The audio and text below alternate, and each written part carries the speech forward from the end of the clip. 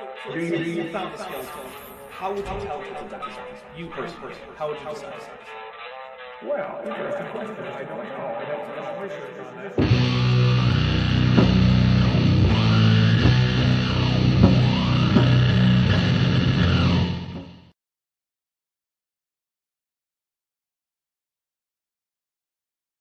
Hey everybody, welcome to Jackson with Jackson 25. Why do I have to name these? And in case everyone's wondering, because I saw some discussion in the chat, it's called that in reference to the fact that I had no idea what to call this, because when I was trying to name it and come up with a thumbnail, I was desperate to start like my little Thanksgiving break, which is basically like I took a half day on both Thanksgiving and the next day. It was barely a break, but I really, really wanted to take a little extra time off. And so I was like, you know what, screw it. I'm just not going to name this one. And the thumbnail is just going to say, just click. And thank you. You guys did that. You listened to the thumbnail and have successfully clicked. And now you're here. And so is Charles Jackson, but he's in the video. Who I have with me in the virtual studio, if you will, is Jackson Wheat. Good Jackson, if you will. Jackson, how are you today? Okay, it's been decently productive today. Okay. Yeah. Well, it's been all right. It's good to hear. I'm glad it's been decently productive. It's been about the same here. I got some audio recorded like last night or something, and I edited it this morning. I animated a video that hasn't started rendering yet, but I'm rendering the previous video. Tomorrow, I'm hoping to go see a movie, catch a matinee, but then also do a whole lot of video editing around that. What do you want to see? Well, from my understanding, the new Godzilla film is going to be out in theaters tomorrow. So, yeah, new Godzilla is. I just saw pretty big Napoleon, deal. And I thought it was all right. I've heard mixed things. I've heard most of the history buffs are complaining. Oh yeah. Oh no, I'm not saying it was historically accurate. I thought it was all right overall. That's fair. Joaquin Phoenix is a good actor, so it was fine. That's true. He is. All right. Well, we're not super here to talk about movies. I mean, it'll probably come up from time to time. It's one of my streams after all. But what we are mostly here for is to take a look at the nonsense spewed by one Dr. Charles Jackson. In this case, he's in an interview at not NPR, and this is this circle face guy here is not an NPR newscaster, even though he sounds a whole lot like one. And basically, the name of this video is Students Being Brainwashed, Evolutionary Textbook Inaccuracies, interview with Dr. Charles Jackson. As you can tell, students and brainwashed were in all caps, because apparently this title to the video was like, I don't know, maybe they consulted with like Truth Social to come up with the title here, and it's like how they're going to put it in cases.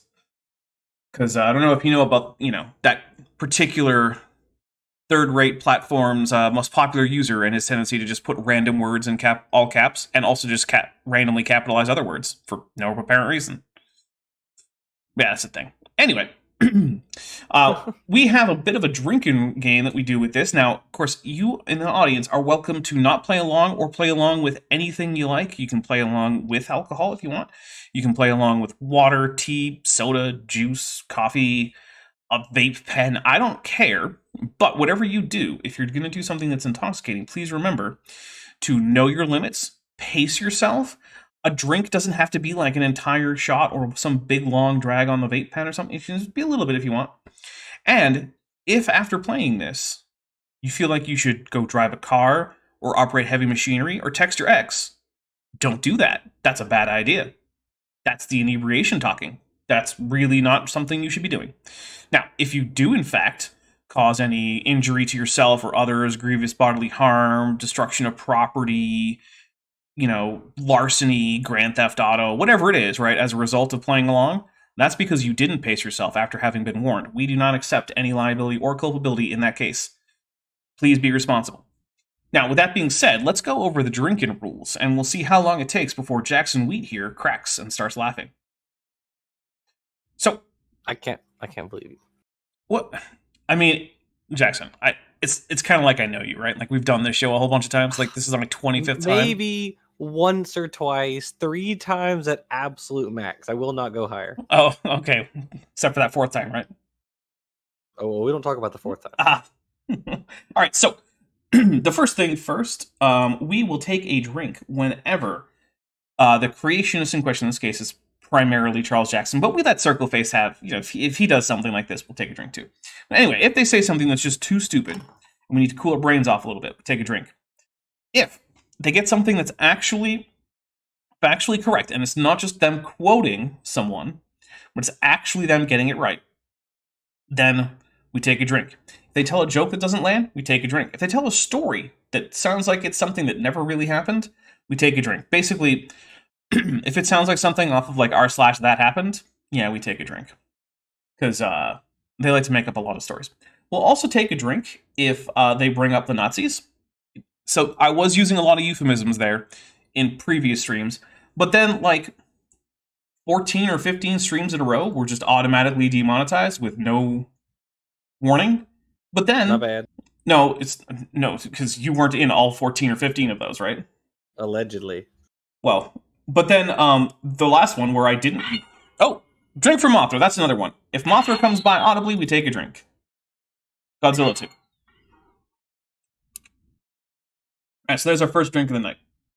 Anyway, but then yeah, my Saturday stream where I just gave up on trying to stay advertiser friendly because it was just all going wrong. Yeah, it didn't get taken down. So I don't know what world we're living in anymore.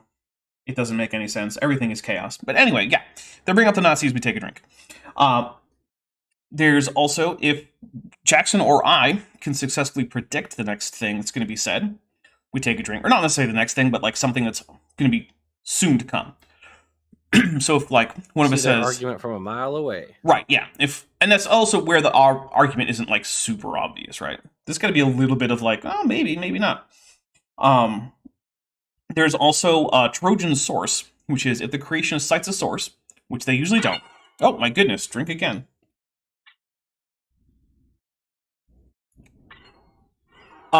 If a creationist cites a source, and not only does the source fail to support them, because it almost never does unless it's a creationist source, in which case it might be supporting them, but then you dig a little deeper and it turns out, oh no, they ignored huge important things. Oh wow. Anyway, oh, there it is. That's very correct. Oh my goodness. Got him. Anyway, if rather than just failing to support, it actively contradicts, we take a drink for Trojan source. There's also ad hominid. You can only get this once per stream. But if during the stream, the creationist confuses what we know about any wider taxon with what we have in the skeleton of Lucy, we take a drink. So for instance, if they say, look at this reconstruction of Australopithecus afarensis, why did they give it human feet when Lucy doesn't have feet? Of course, the answer is, well, because we have other Australopithecus afarensis feet and footprints, so we know what their feet look like. Yeah, that's an ad hominid. We take a drink. Ad hominid. We take a drink for it.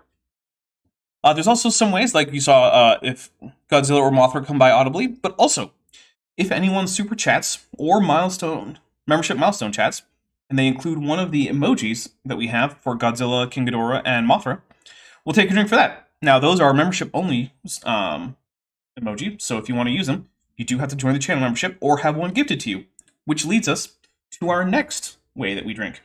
If anyone gifts memberships, we take a drink for each one. Now, at about 30 or so, we just drain the drink, get another one, and add whatever the correct number is to the drink counter, because I'm not going to sit here and like count out 30 individual drinks because someone gifted 30 memberships. So there is that. And then, of course, last but not least, if anyone super chats or membership milestone chats anything to the effect that AIG, that's Answers in Genesis, are a bag of dicks, we will take a drink. You have to be a little bit clever, though, because YouTube will censor it if you just type in AIG is a bag of dicks and super chat that or whatever. So, Jackson, are you aware of any that I missed? That sounds all of them to me. All right, are you ready for Circle Face's next question to Bad Jackson? As ready as I'll ever be. All right, here we go. There was a presentation you gave called Alternative Views of Creation. You were looking at polls done back in the early 2000s on teaching creation revolution in the public school. And you commented saying, most Americans want us to teach both in the schools. And over a third of all parents said just kick evolution out of the schools. Why don't we do it? A big part of that is that school curricula aren't just democratic processes where whatever the will of the voters is what happens. There are actually legal constraints on what can and can't be done in classrooms and what must be done. And, many states have laws saying things like, well, you can't teach things that aren't science in science classrooms, and you actually have to teach what the science is when you cover certain topics that you're mandated to cover by law in school. I mean, that's just a fact.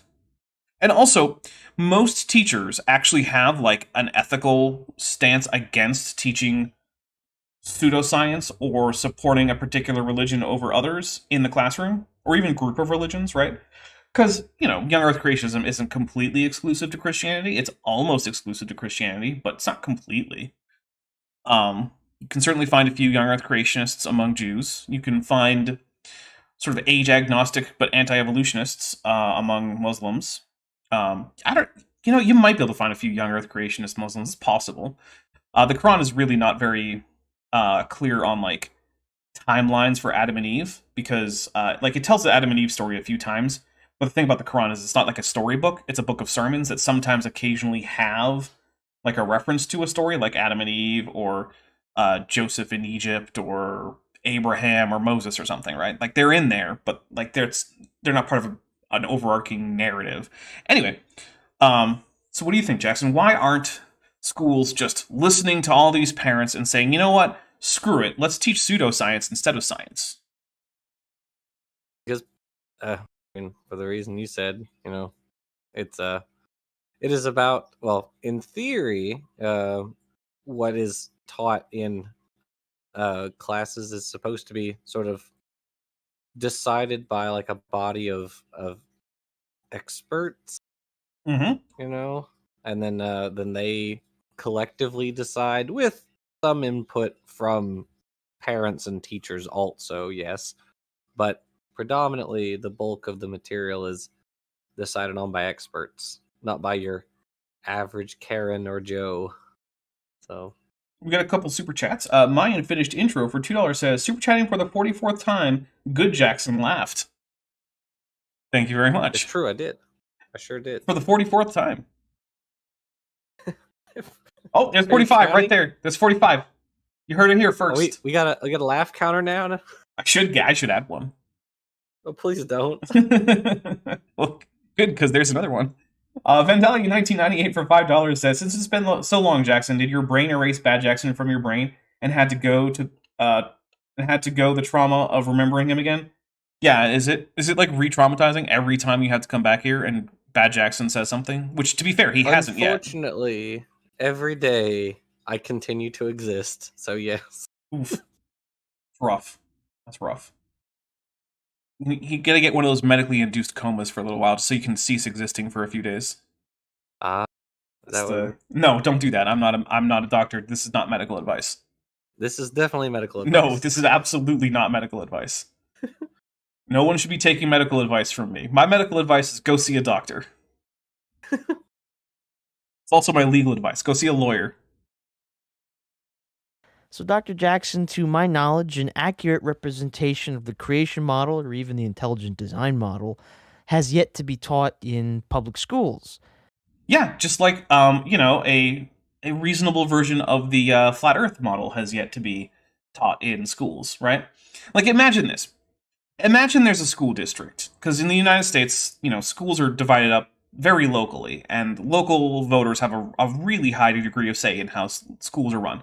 And, I'm not going to take a side in, exactly what level of government should be in charge of schooling. The United States is unusually local, and there are pros and cons to that. Like, one of the pros is it does mean that when the schools start doing really dumb things, there is the possibility for voters to hold people reasonably accountable. But on the other hand, let's imagine there's a school district where the voters, for some reason, are like a colony of actual flat earthers. Do you think that school should, for that reason, teach the kids that heliocentrism and the globe shape of the Earth are wrong, and that in fact a geocentric flat Earth is the correct way to view the world. I don't, and there's really not a lot of difference between a school teaching young Earth creationism versus a school teaching flat Earth. They're both similarly plausible. Carrie Bronson just became a member at the Amnio level. Welcome back, Carrie Bronson. Thank you for joining, and thank you for joining at one of the higher tiers. I really do appreciate that. Everyone, send in some pelagic tunic. No, not pelagic. Sessile tunicates. So you see you guys sending in the wrong tunicates, so you got my brain mixed up. But also send in tetrapods. All right, here we go. So, Dr. Jackson, what are your thoughts on the teaching of creation in public schools? I did teach. I hate that it says Mensa member. I know we've talked about it, but like it says Mensa member under like what he's doing. What is it? Yeah, education doctorate in science education, master's in education, science education, and Mensa member. Well, I've said it before, right? Being a Mensa member means you're in a club for people who like to brag about being in the club. That's the only point of being in Mensa. Carrie Bronson, member for 31 months and at the Amnio level again, said, I lost membership briefly because my credit card had issues. Feel free to ignore that. No, we will not ignore it. Welcome back. We are celebrating you getting the credit card thing sorted out so you can once again be an Amnio member of the channel. Creation science in the public schools for many years. Whenever I taught in earth science about fossils. Yeah, that is in fact illegal. That's been declared to be illegal in more than one court case. So I'm just going to drink for Charles Jackson just admitting to crimes openly in this. I don't know if I could report that because I don't know where he would have taught. It became illegal in 1987. Yeah. You're telling me this man was teaching before 1987? I highly doubt that. Yeah. Look, if I knew which districts he'd done this in, I would call up the cops in that area and say, hey, here's a tape of this guy admitting to a crime on camera. Maybe you should look into it. I'm not kidding. If I actually had a way to report this, I would. This is Charles Jackson admitting to a... Yeah, this is Charles Jackson admitting to a crime on camera. Yeah. Yep. Yeah. Yep. And here's the thing. I think you should report any teacher who is pushing a particular religion, especially religious claims that contradict known science, in a classroom. Now, that's not the same thing as teaching about religious ideas or teaching about world religions, especially in a world religion class, right? That's not the same thing. But if you know of a science teacher who's trying to teach kids about, like, anti-evolution, answers in Genesis stuff, or who is pushing, like, I don't know, like a flat earth, or who's trying to convince people that actually modern-day Wiccans are the actual descendants of the witches that the Europeans failed to burn, which is just completely ahistorical nonsense. Yeah, it's reasonable to report them for that. That's not what they're supposed to be doing. That's supporting a particular religion in a classroom that is designed to be teaching you verifiable, factual information about things like history and science. So, yep, I am absolutely okay with reporting teachers who do things like that. I taught the creation model and the evolution model. Why not? There is no creation model. That's one of the problems, right? Different creationists put forward certain models for certain particular things, but then they'll also accept and defend models that are completely contradictory to it. Like, you'll get people, the same person who will defend created heterozygosity and also genetic entropy, which are fundamentally incompatible with each other, right? One of those things is about how bad genetic diversity is. The other one is about how good it is. They also can't decide on where the flood boundary is. Which should be the first thing that flood geologists should be able to come to an agreement about. Right. It should be an extremely obvious thing, because presumably the flood's method of, doing geological work is very different from anything before or after it. So the rocks should look very different. And yet, they don't. You just have to draw arbitrary lines.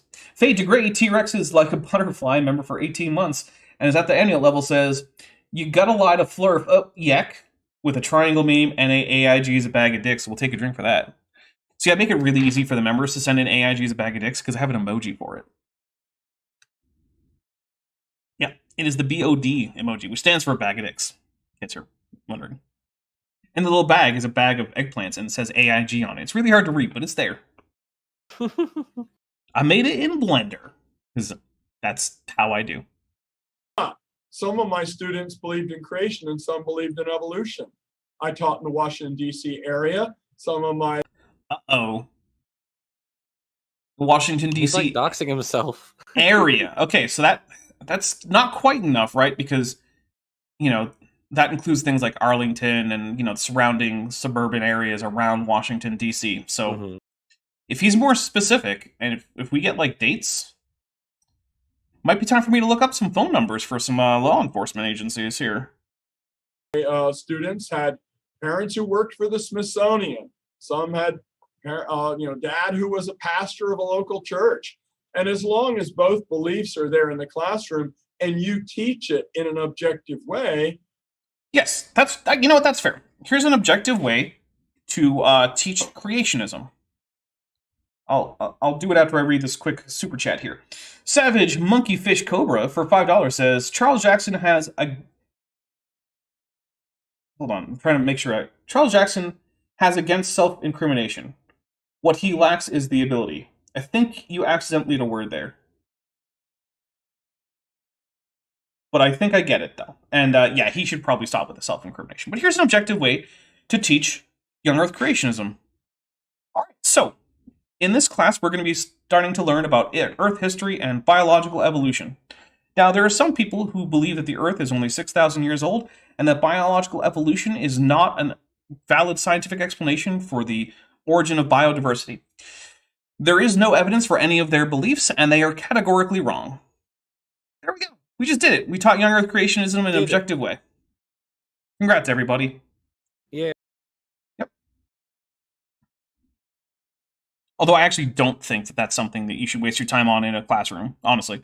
I don't think you should bring it up. Just ignore that it exists until a student actually asks questions, and then they should probably have their questions answered at the time, and then let them know that, like, hey, if you have more questions, please feel free to see me after class. We can talk about it. But you shouldn't be wasting valuable learning time in a classroom trying to address this nonsense. Just like you shouldn't address, like, electric universe theory or flat Earth or, 4G turning you into a zombie because the vaccine got activated. How many of those zombification events have we lived through by now, Jackson? Like 5 or 6? Way too many, and I'm still not a zombie, very sadly.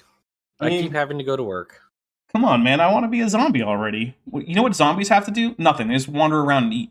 That's it. Yep. So easy. Don't even have to worry about, like, getting hit by cars or anything, because they just get back up. Who cares? Mm-hmm. Oh, well. Well, you know what? I just need to take, like, 5 or 6 more vaccines, and then maybe it'll work, because I'll have enough of the concentration of the nanobots that can't even fit through the needle in the first place. That's one of my favorite really things. Small. It's like, oh, you're going to put a microchip through that needle. It's like, do you realize the size difference between microchips and needle points? Because there's no way a microchip's fitting through that needle. But okay.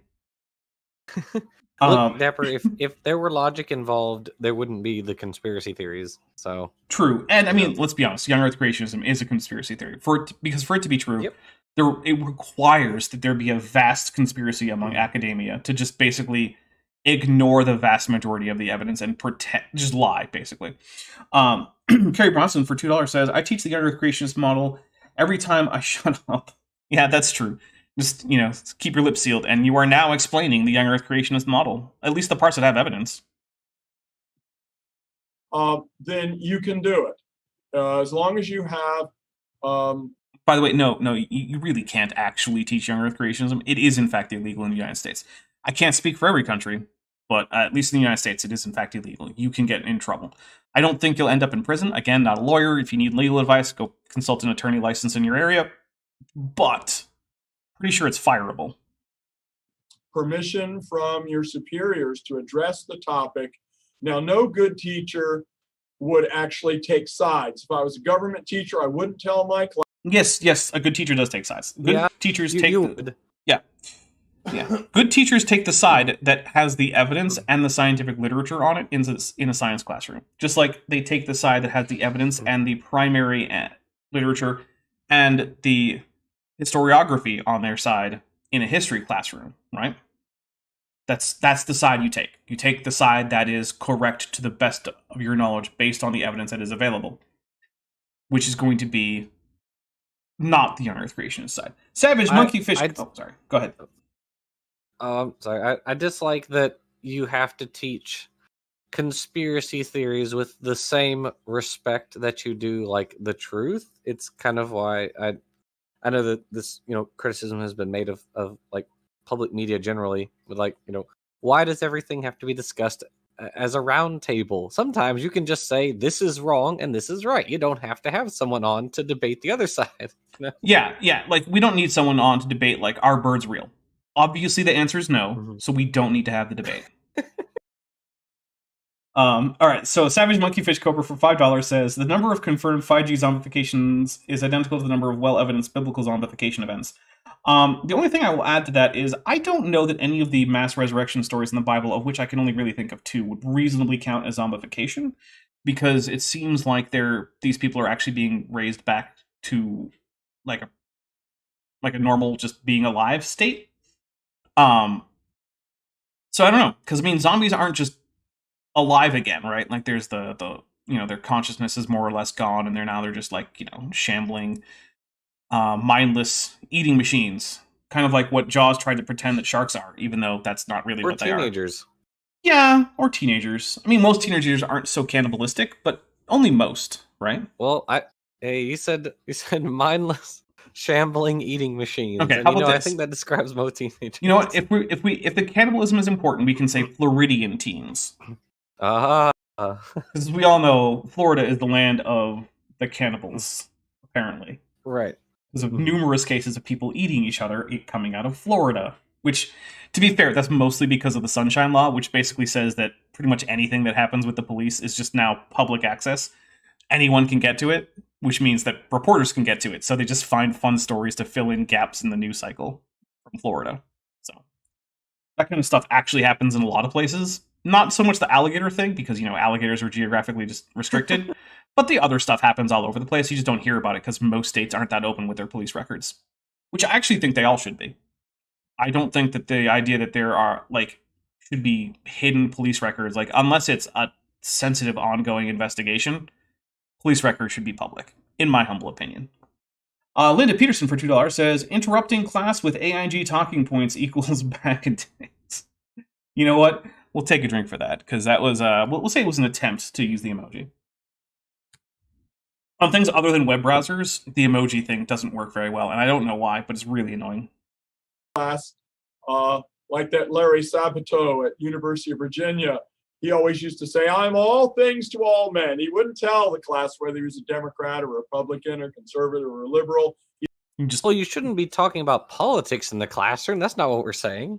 Yeah, but also I like the idea that I'm not going to confirm or deny anything, but what I am going to do is directly quote a Pauline epistle. Oh, okay. That doesn't give a few things away. I recognize that St. Paul quote, buddy. Sorry. It makes it kind of obvious. I think again, maybe Charles Jackson might not. I guess now that I think about it, I was about to say there's a very big difference between giving your political opinion and teaching science in the science classroom. And then I thought, well, yeah, not for Charles him. Jackson might not think that. Yeah, AI, creationists in general, tightly tie their politics to their scientific standpoints, and to a large extent, that's kind of becoming true of a lot of the right in the United States, right?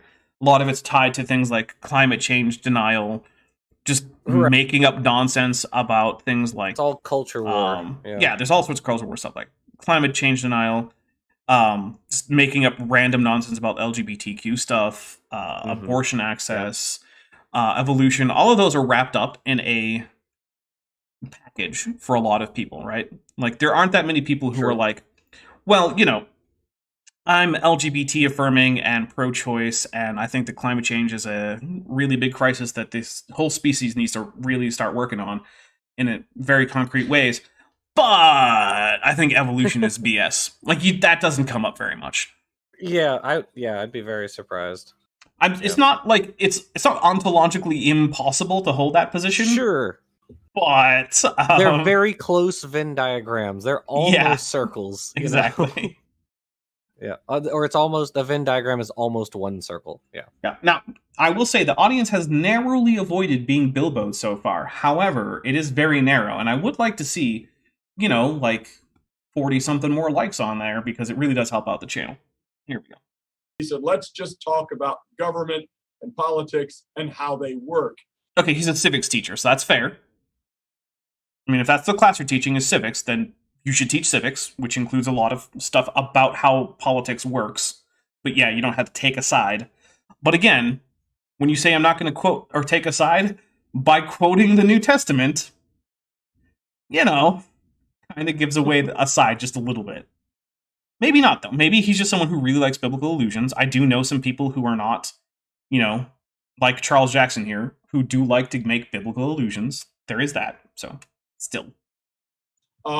In science class, I would put evolution on the board, and on the other side, I'd put creation on the board, and I'd say, what have you all heard? You have to believe in evolution. What does evolution say? What do you have to believe to be a card-carrying creationist? And is there any combo that's done? The students really had heard about stuff like, well, maybe evolution's true, but God used his power to make it happen. So we talked about theistic evolution and progressive creation. Neither of these have any place in the science classroom. I have no personal beef with theistic evolutionists, right? Like, if you want to, as far as I'm concerned, you're accepting science and then you're just saying, well, I think, God was there somewhere. Okay, cool. I don't care. That's fine. I'm A-okay with that. You know what? Doesn't really bother me at all. But you still shouldn't be talking about it in classrooms, because in a science classroom, you're not there to talk about God. God, whether or not there is such an entity, is not part of the purview of science, because basically the entire point of God is that he gets to just kind of say nah to the laws of the universe and get away with it, which means that those actions are completely not verifiable empirically, nor are they predictable empirically. And science is all about empiricism. If it's not empirically verifiable or disconfirmable, it's not part of science. That's kind of the whole point of science. Empiricism. Everything else that we have as part of science, like peer review, experimentation, statistical analyses, these are all in service to the core concept of empiricism, which itself is only justified by the assumption that the laws of physics don't get randomly screwed with across time or space. That doesn't mean they actually don't get randomly screwed with, right? We can't actually rule out on the basis of empiricism the idea of an entity that can, in fact, tell the laws of the universe just nah and get away with it. But what it does mean is that if you bring that into your alleged science, you're no longer doing science, because you can no longer justify your position empirically. So, sorry. Day age stuff. I said, do you suppose all evolutionists are atheists? Or do some of them believe in God and go to church? I would actually hazard to say most people who accept evolution are also religious, based on the fact that young Earth creationism is a fringe. Anti-evolution itself is basically a fringe, even within Christianity, and that the vast majority of the world identify with some religion or another, and that most of those religions have some kind of deity concept. And most of the people who identify with those religions probably have some level of belief in the deity concept associated with their religion. So, while I don't have firm numbers, I would be surprised to find, if it was not the majority of people who accept evolution, who are in fact religious believers of one stripe or another. What do you think, Jackson? No, I think you're right. Like from the polls I've seen, that does seem to be accurate to me. Yeah, I mean, it would be an interesting thing to actually ask that particular question. Like, do you believe in universal common ancestry? How old do you think the Earth is? Do you believe in a God? Would be an interesting poll. So let's get rid of the stereotypes, kids. Do you suppose all creationists are televangelists or Bible thumping youth pastors, or do you suppose? I mean, they kind of have to be Bible thumping, don't they? Yeah. It's hard to not be to not be a Bible thumper, then also be a young Earth creationist. They kind of go hand in hand. Televangelists, no.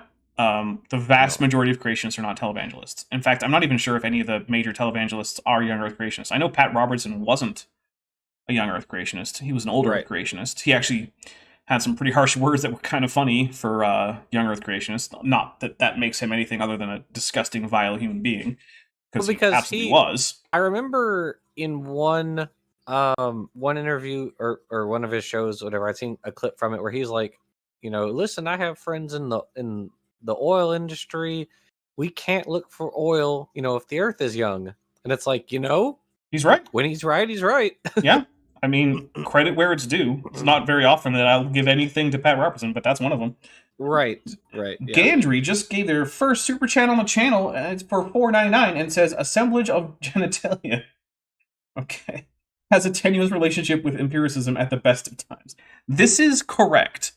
Yeah, I've read some of their papers, and I've never seen a single paper in the Answers Research Journal that I thought would pass even just editorial review, never mind peer review. Like, when you send something to your peer reviewers, right? That's because you as an editor haven't been able to auto-reject it for being absurdly stupid, right? But some of these papers, like, they betray things like I read that, what's her name? Gabriella Haynes, right? She wrote this paper about Archaeopteryx. The woman doesn't even know what a pigostyle is, and she was trying to tell me about bird taxonomy. And how it does or doesn't relate to dinosaurs generally. It's like, no. You couldn't get this published in any journal that publishes paleontology stuff. Now, Dr. Tapioca Weasel has separately twice gifted one membership. The first one went to Vagary Local Interdimensional Cephalopod.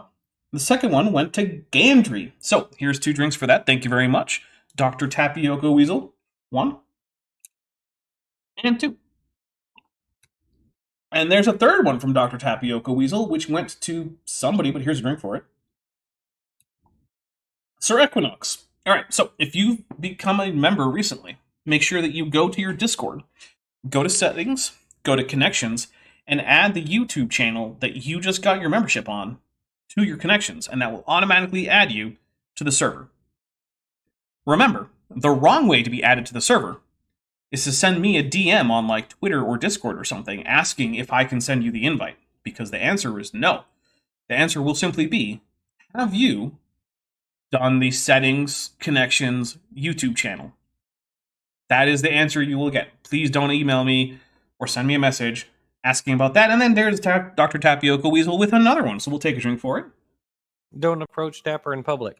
It was Ren who was gifted membership. No, it's not don't approach Dapper in public. It's don't ask the question that Dapper just gave you the answer to. The only answer to. Oh, fine. I guess you can approach Dapper in public. I mean, to some extent. Out here. No, to some extent, that's why the Discord exists, is to have a, like, not completely public, but like an open way for people to get a hold of me when they want to, or to discuss, things to do with my channel, or just general topics with people who are united in liking my stuff. Which, my audience is sort of self-selected for, like, people who have shared interests, which is pretty normal for a YouTube channel audience, I think. But also, Savage Monkeyfish Cobra just gave 5 memberships. They went to Ian Chen Official, Jerry Lotus, JT, Toblickson, I think. Toblickson? I'm not sure. Nasty Hobbits, and I think, yep, that is it. So here's 5 more. Here we go. 1, 2, 3, 4, and 5. Every once in a while I think about like making pina coladas for this, because I've got the crema de coco hanging out, but then I realize how bad my brain freeze would be, and I'm like, nah. Oh, but then Regios gifted 5 more. There's 1, 2, 3, 4, and 5, and I'm not seeing who got them. So yeah. When those start popping up, I'll probably pause and try to read out the names. So There might be some people who don't even go to church, but don't believe in evolution, but believe that there's a higher power that made everything. And, yeah, there probably are a few. Not very many, I would think, though. Borg Emporia, Twitch, Kip Davis, Space Dragon, and Dr. Legendre is what I'm going to go with. So, thank you very much. I might have to actually message Kip Davis and tell him how to do that, because Kip Davis is terrible at Discord. Which I don't think he would mind me telling you that, because he's pretty open about how bad he is at using Discord. So, you know. Which reminds me, this Saturday, Kip Davis is going to be back on the channel. So I said, let's just talk about it now. And that got rid of stereotypes and everything. I mean, look, I'm in favor of, if it's appropriate to talk about a thing in the first place, getting rid of unnecessary stereotypes, right? Like, that's fine by me. I do think it's a good... I think Charles Jackson is doing better with this right now than the normal young Earth creationist thing that I see, which is basically just assuming that more or less all non-creationists are atheists, and that theistic evolutionists just don't exist, and that, like, at best you might find old Earth anti-evolutionists as, like, the other side of Christianity or something. So I do appreciate that he was attempting to do this. However, he was doing it in an entirely inappropriate venue, because if he's going in as a science teacher, he needs to be teaching science. And old Earth creationism, gap theory, day-age creationism, progressive creationism, young Earth creationism, none of these are science. And even theistic evolution, which I personally don't think contradicts science, it's still not science. So it shouldn't come up. So there you go. And it made the students feel safe to share their opinions about it. So I did. You had to approach it carefully, but it was the most interesting class discussions of the whole school year. We had good discussions. I told them the whole theme for this unit is RASPECT, respect. We respect everybody's opinions if they choose to share. Or you could say, well, my grandma said this, or my pastor said this, or I've heard this. You don't even have to own it if you don't want to. Well, I've heard that evolutionists say this. I've heard about that theory. And then me as the teacher, I could say some evolutionists believe, that maybe life from other planets brought the life here. I don't actually know of any current proponents of panspermia or direct evolution or anything like that. Yeah. I only ever hear it as like, well, we can't currently rule it out, and it's an interesting thought experiment, but that's it. Right? Except, okay, one exception that just came to mind.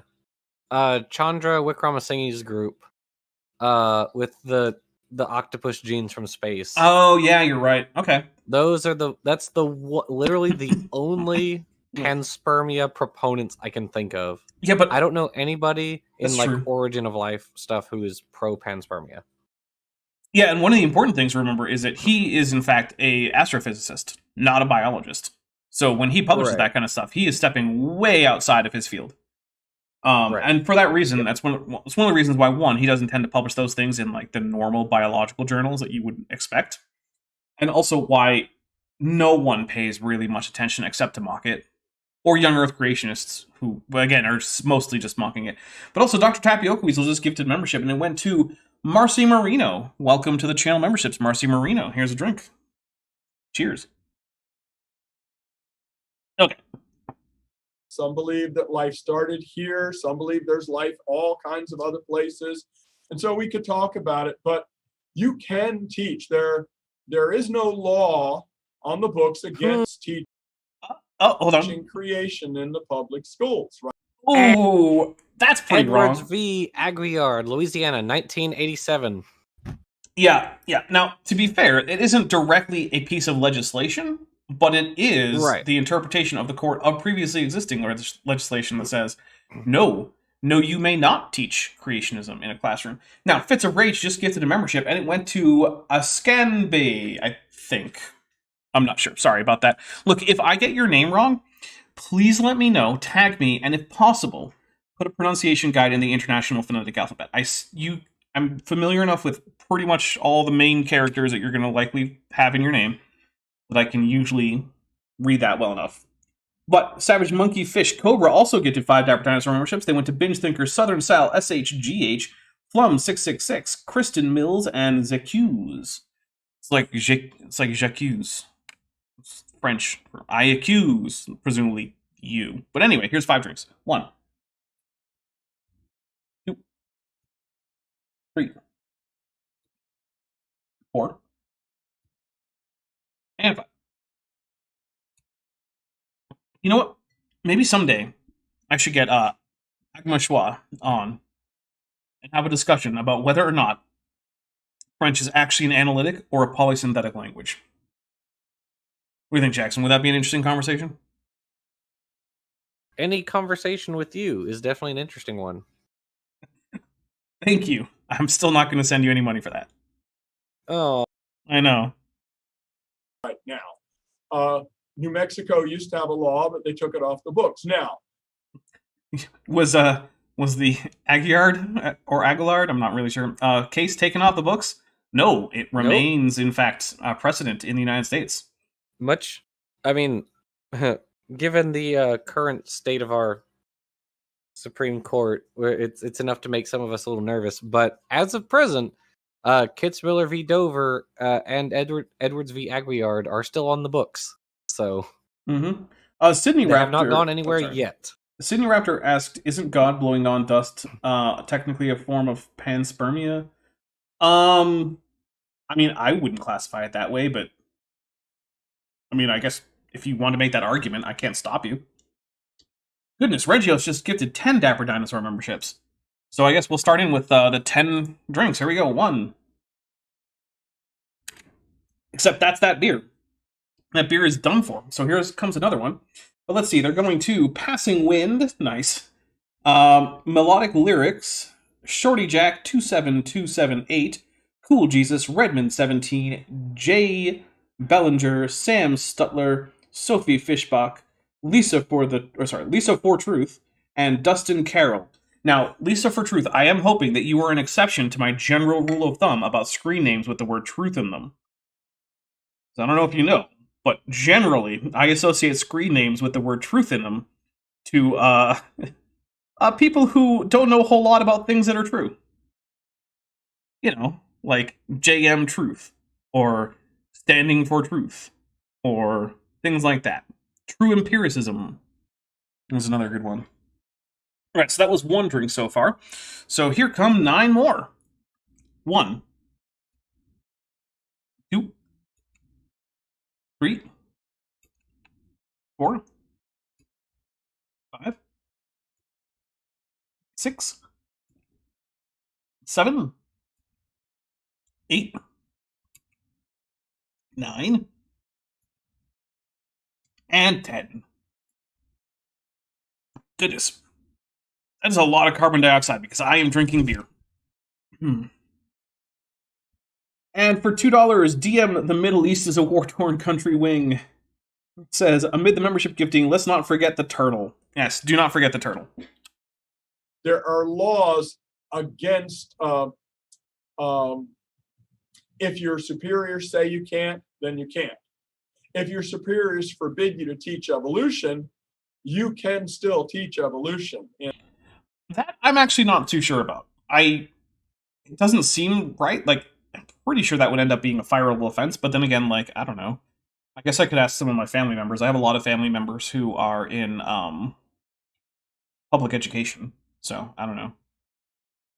Maybe I should have brought on some family members for this. Yeah. In these court cases and the court trials that have gone through, it's very stilted toward the evolution side. You mean the side that has the science? Weird. Just like it's very stilted in geography class towards the globe Earth. Those globe heads have all the power. I wonder why. Goodness. Evolutionist. You know what? Here's a tip for a creationist. You gotta come up with something that's more fun. Like the flat earthers call, normal people globies. You gotta find a better way to refer to normal people. People who accept science, right? Who aren't conspiracy theorists. Like, call them, like, I don't know. I mean, Evo Head isn't as good as Globe Head. Like, what's a good... Brainstorm this in the chat. what is a good thing that creationists could call people, just normal people who accept science, that is fun to say, like globehead or globy that the flirts use, right? Because I actually think that's fun. I like it. You know what? Yeah, I'm a globehead. Sure, let's go for it. Dr. Truth Weasel Official says, "Hey, I resemble that remark for $2. Thank you." Yeah, I don't know. Let me know what you guys think would be a good like replacement for evolutionist or whatever. This is no fun. I'll give Flurfs this. They're more fun to watch in some cases than a lot of young Earth creationists are. I'll admit it. I think they're also in some cases more creative. But oh well. I guess you have to be super creative to be a flat earther. Like, because you have to come up with all that stuff, or at least get it from someone else who came up with it on their own. Like, it's just a random person. Because it's not like there's a big organization pushing it. Yeah. Which brings up the point, if your theory's so good, why is evolution the only scientific theory that needs laws to protect it from criticism? Because it's the only one that has a, well-funded organization. Wait a minute. He said laws to protect it from criticism. There are no laws in the United States that protect evolution from criticism. There are zero. We don't have any laws that is true. Or protecting speech against any theories in science. Yeah, that's true. I mean, Goop23 for $2 says ape head. That's not bad. I don't like that. That's a pretty good one. Oops, my bad. Ape head. That was just silly. Yeah, it is very silly, but like there are laws that were written specifically to protect the teaching of evolution, right? Yes. Which is very different from protecting evolution from criticism. But the reason that there are laws that were written to protect that is because there is not a coordinated and well-funded effort to stop the teaching of most other scientific theories, right? Now, that might be changing, given how like strongly anti-vax a lot of young Earth creationists are. Maybe there will need to be laws that like protect the teaching of like the germ theory of disease soon. I don't know. Right. Like for instance, if you go on like Twitter, for instance, don't do that though. Or they did. I don't know. Maybe they don't, or they did. I think YouTube still does, where if you make like medical misinformation content, you get demonetized or possibly even like banned, that sort of stuff. Although that isn't a law, that's a private company having their own terms of service. Just that's like the closest I can think of. Yeah, but you're right. It's like it's not a law. It's just that's the personal preference of the organization. Yeah, which I think is correct. It's similar to like kicking someone out if they start insulting you in your house. Like you're allowed to do that. Right. Yeah. Now, you're not allowed to immediately jump to, like shoving them out or, being violent. You have to ask them to leave and, go through non-violent channels first. But yeah. My unfinished intro for $2 says fish head, worm head, slime head, germ head, etc. I mean, those are also pretty good, but I feel like ape head really sums it up because that's the first point where really the creationists go off the rails. Like that's how high up in taxonomy the first point where they're just like completely denying the obvious observable evidence is. Because the thing is, you get a lot of creationists who are like, they'll do something like what Sal does, right? Sal likes to talk about these things that are like, oh, what about the transition from prokaryote to eukaryote? And it's like, yeah, but Sal, you don't think humans are apes. I'll spot you separate ancestry for all bacteria versus all eukaryotes if you want. You don't think humans are apes, man. You've got a lot bigger problems than just like, well, I don't know about this eukaryote or prokaryote to eukaryote transition. Okay, cool, man. Your objections leave humans having common ancestry with mushrooms and pine trees, man. Come on. What are you doing? Yeah.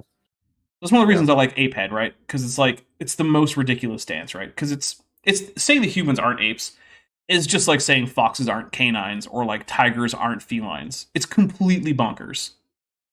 No one in their right mind would say this unless they had some kind of previous requirement to say this for non-evidential reasons. That's why I'm currently leaning towards apehead as a better term for normal people that creationists should be using. Which means I encourage you guys, if you see creationists using evolutionist as like a insult or something, encourage them to use apehead instead. Because it's still, an attempt at at a insult. It's a bad insult because it's not really insulting, just like evolutionist isn't. But it's more fun. And I mean, like, who doesn't want to have more fun? Dutch Tunicate official for $2 with the first super chat on this channel says, "J'accuse AIG d'être un sac d'aubergine." All right, we'll take a drink for that. Yeah, that's I accuse Answers in Genesis of being a bag of of eggplants. Because I know that in America, not many people call them aubergines, and my audience skews heavily American. DM, the Middle East is a war-torn country wing for $2 says, "Didn't Carl Lynn classify chimps slash bonobos as homo?" I think he went as far as attempting to classify Pongo as homo. Yes, but he ended up yep. not doing so. In the It end. was Homo nocturnus, I think, was going to be Pongo, which was the man of the night, which is kind of an interesting little name. Yeah. Also, Dr. Tapioca Weasel just gifted a membership, and it went to Jillian. The entire column is Igneous Wren, which I believe was the goal. So, congrats. I'll take a drink. All right, here we go. From being questioned. And so all this politicking and all of this reputations and strong arming that goes on in this topic particularly. Okay, but let's be clear. The strong arming is coming from the creationists. The other people are just trying to teach science, right? That's why. This is a defensive action, right? This is not an offensive against creationists. Because quite frankly, short of legal battles over science education, most people interested in science barely even recognize that young Earth creationism exists. Right? Like, when you tell scientists who aren't involved in, like, the creationist debunking, like, sphere, that young Earth creationists are still out there denying the age of the Earth and common ancestry, the usual response is like, wait, really? Why? Right, yeah. It's met with bemused incredulity, not anything else, right? All right, so here's what we're going to do. We're going to take a quick break. I'm going to get myself another beer out of the fridge for when this one runs out. And then we will be right back in just a few minutes. In the meantime, please enjoy the musical stylings of one Bent Hovind. Here we go.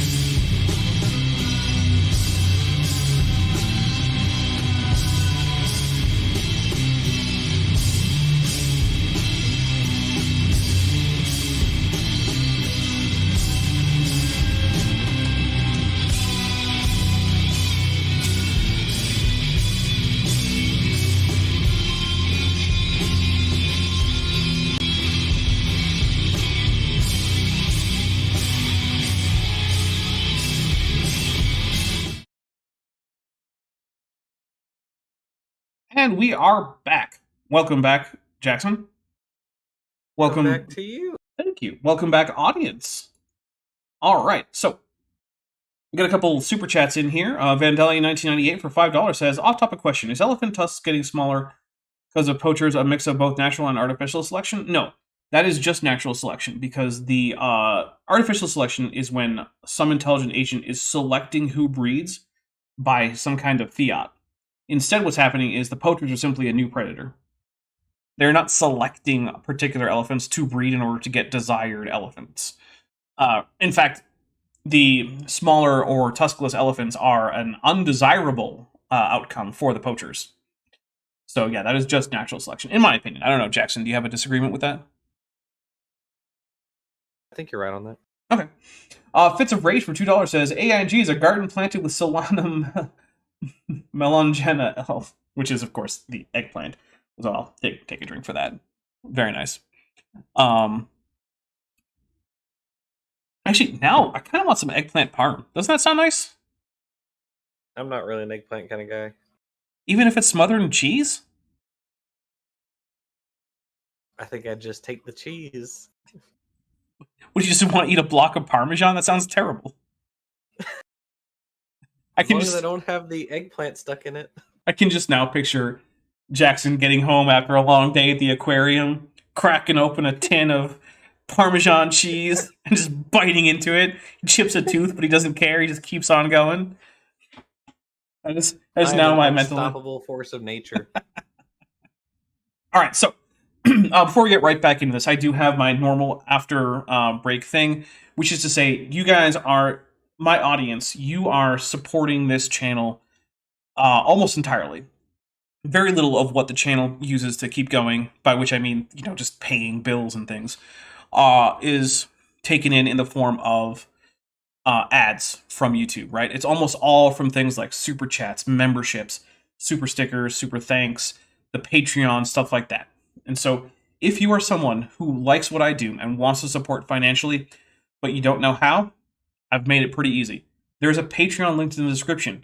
You can go monthly, or you can get a 15% discount for going annually. It starts at only $1 a month, which is just over $10 for the whole year. And there's higher tiers with higher rewards, but even at the baseline, you get access to the Discord server. You get access to months and months, hours and hours worth of early access content.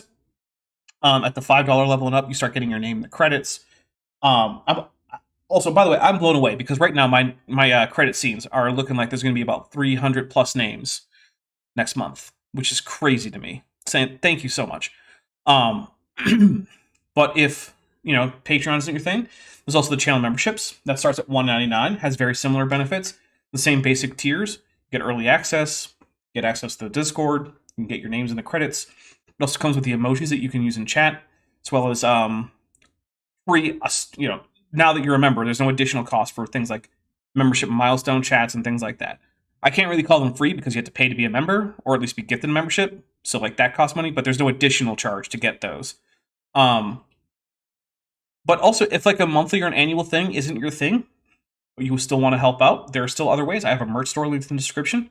There's also an Amazon wish list, which, by the way, you guys have been great with that. I mean, there's Little Bobby snacks, staples, books, a 3D printer, which hopefully I'll be able to use tomorrow because my delayed alcohol shipment of isopropyl alcohol will hopefully be here, so I can actually wash a resin miniature or model or whatever after I make one. Which actually, I'm now thinking I might start doing you can buy a 3D print of me, and I could mail it. I would charge shipping and handling, and I don't know that I could send it outside the continental United States. But if you fall into the category of people who want that, let me know, right? You can put it in the chat oh yeah, I would probably get a 3D print of a dapper dinosaur, and I would try to figure out what dimensions I could reasonably do and whatnot.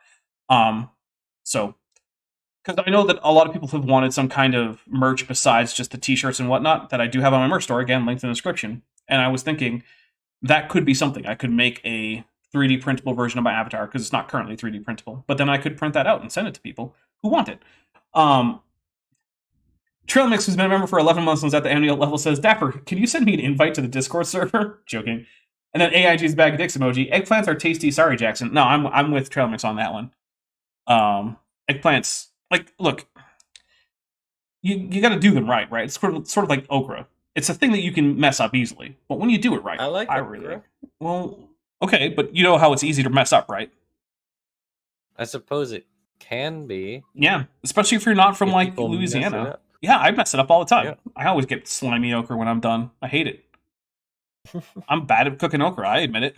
Well, But here's it a is drink often kind of slimy in when it's in like soups and stuff. Yeah, but that's okay. Like if I'm Yeah. making just It as a gets side slimy, dish, mate. I don't want it to be slimy. Yeah, that's yeah. Like I can't figure out how to fry okra well.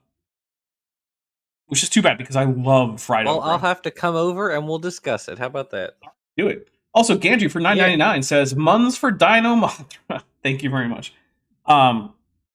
No, there was actually back when I was spending a lot of time out in Nevada for work. there was a barbecue place, and I only went once a week because otherwise I felt like I would have like a heart attack or something.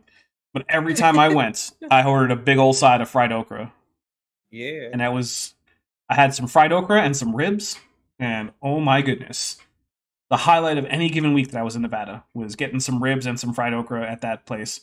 Because it was actually owned by like people who'd moved from like the deep south who had like, a lot of really good techniques and recipes and barbecue sauces, like homemade barbecue sauces and stuff. So, yeah. And it's one of the few things I miss about that particular job is the paid for by the company ribs and fried okra. That's very fair. Yeah, no, it was great perk right there. The evolution versus creation topic, people get so hot under the collar.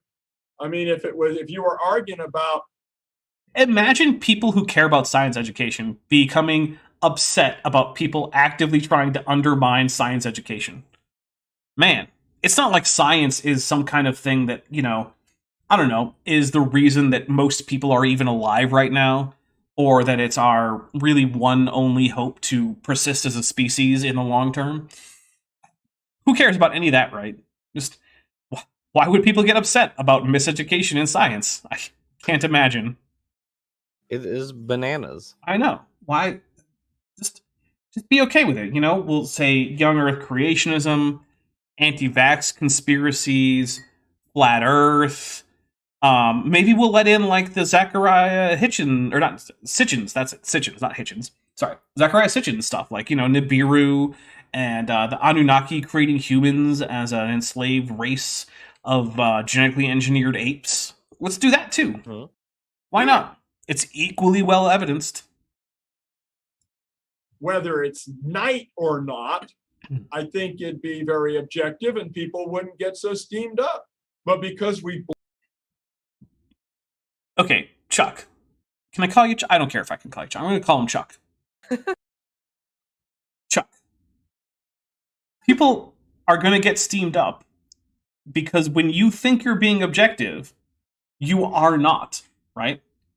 The way to teach young Earth creationism objectively is the same way to teach the alien reptoid infiltrating the royal family of Great Britain conspiracy theory, which is to say, there are people who believe this. They're wrong, there's no evidence for it, and there's lots of reasons to know it's not true. Moving on. That is the only objective way to teach young Earth creationism. So yeah, people are going to get upset with you when you actively try to make the world worse by making people less scientifically literate.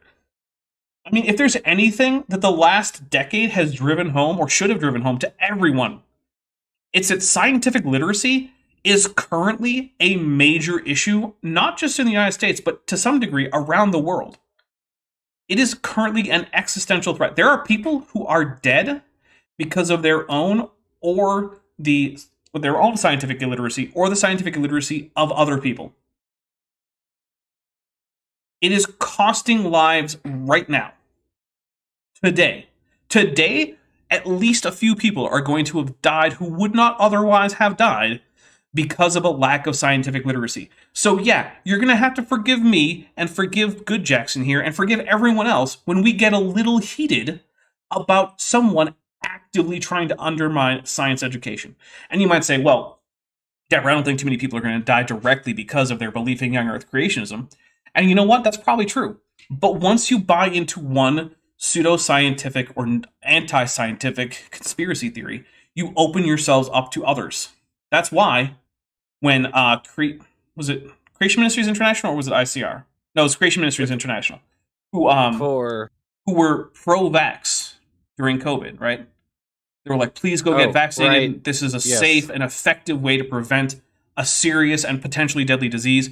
And their followers just roasted them. And then they were like, gee, why is it that our audience is so heavily against this good science? And then there's me and like Dr. Dan and Good Jackson here just on the sidelines like, yeah, gee, I wonder why it is you've attracted a audience of pseudoscientific science deniers. Huh. Weird. Oh, weird. Yeah, curious. Do you think it could have anything to do with the fact that you've spent the last few decades teaching all of them not to trust scientists? And this is also sort of in the same vein of what we were talking earlier with the culture war stuff. Like, there is increasingly, and again, it's not everyone, but increasingly, there are anti-vax, anti-mask, like sentiments that we see in certain elements of current and widespread political parties here in the US, which is kind of scary. You know, I kind of miss it back when it was like climate change denial was primarily a right-wing thing and anti-vax was primarily like a left-wing thing, like the hippies and the, you know, granola crunchers. That was their thing. But now, no, like the right wing was like, no, we're going to take that pseudoscience too. It's like, come on, man. Can you just not embrace all of the pseudoscience? And that's why, like,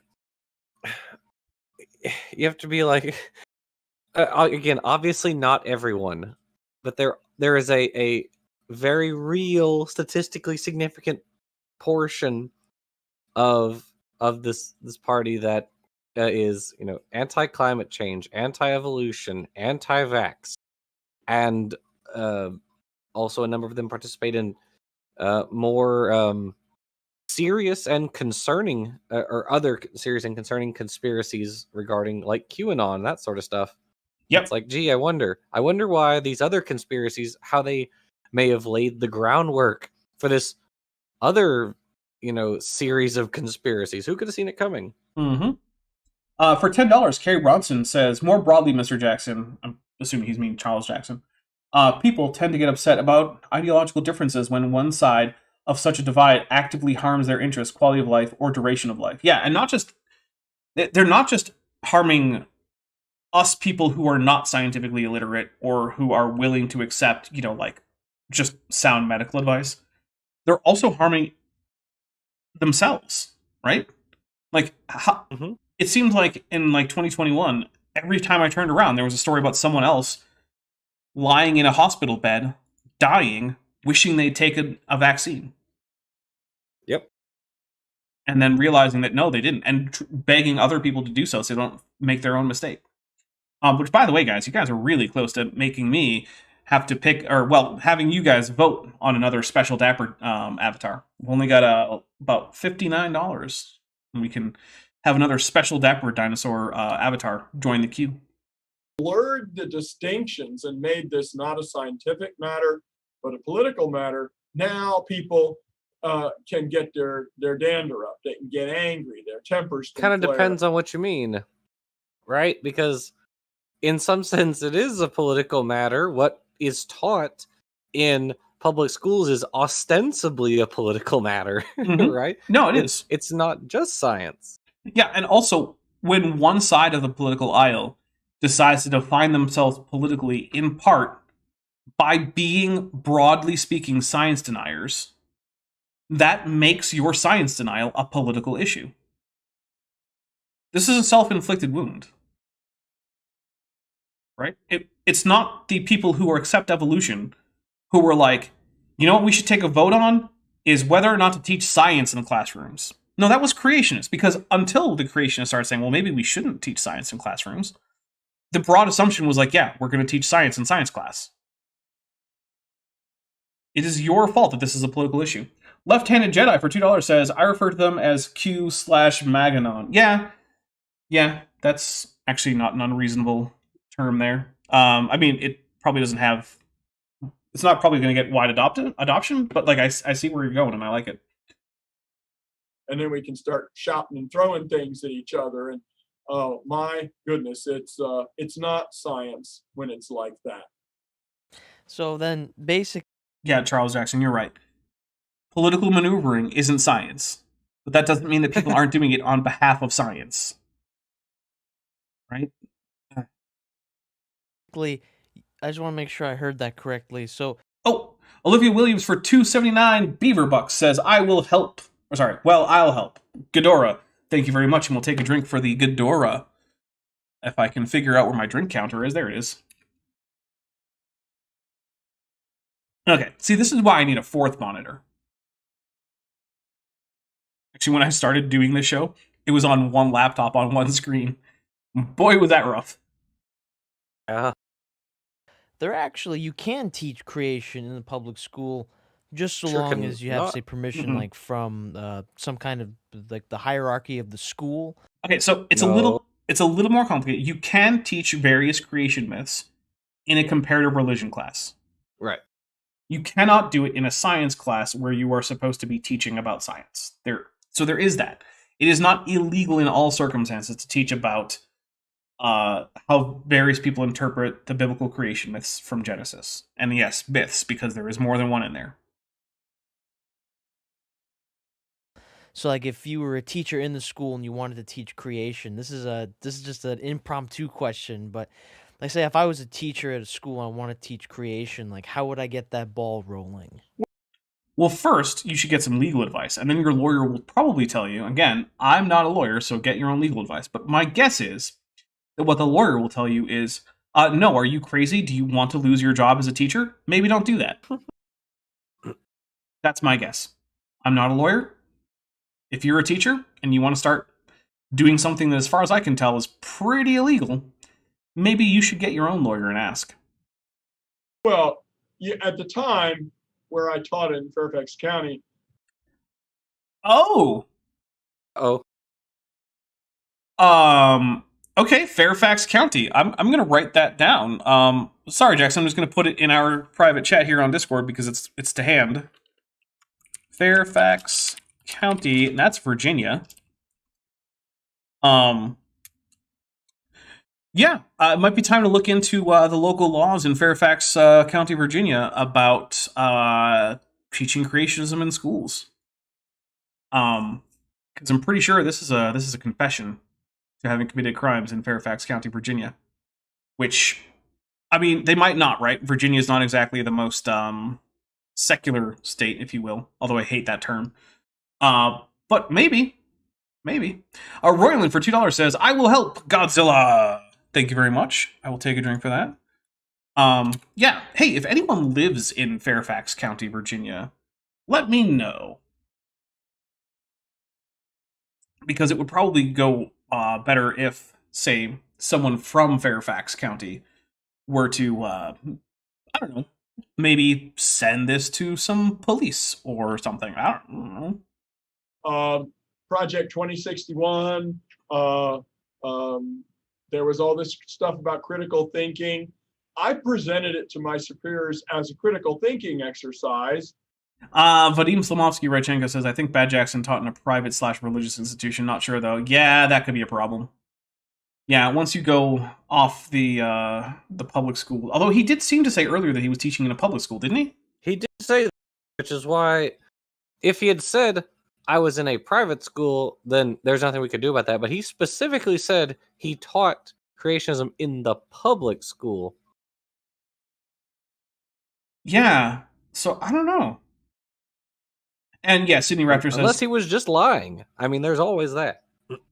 Sydney Raptor says, can't Americans teach creation in Christian/Catholic schools? Yeah, generally that is allowed in a private school.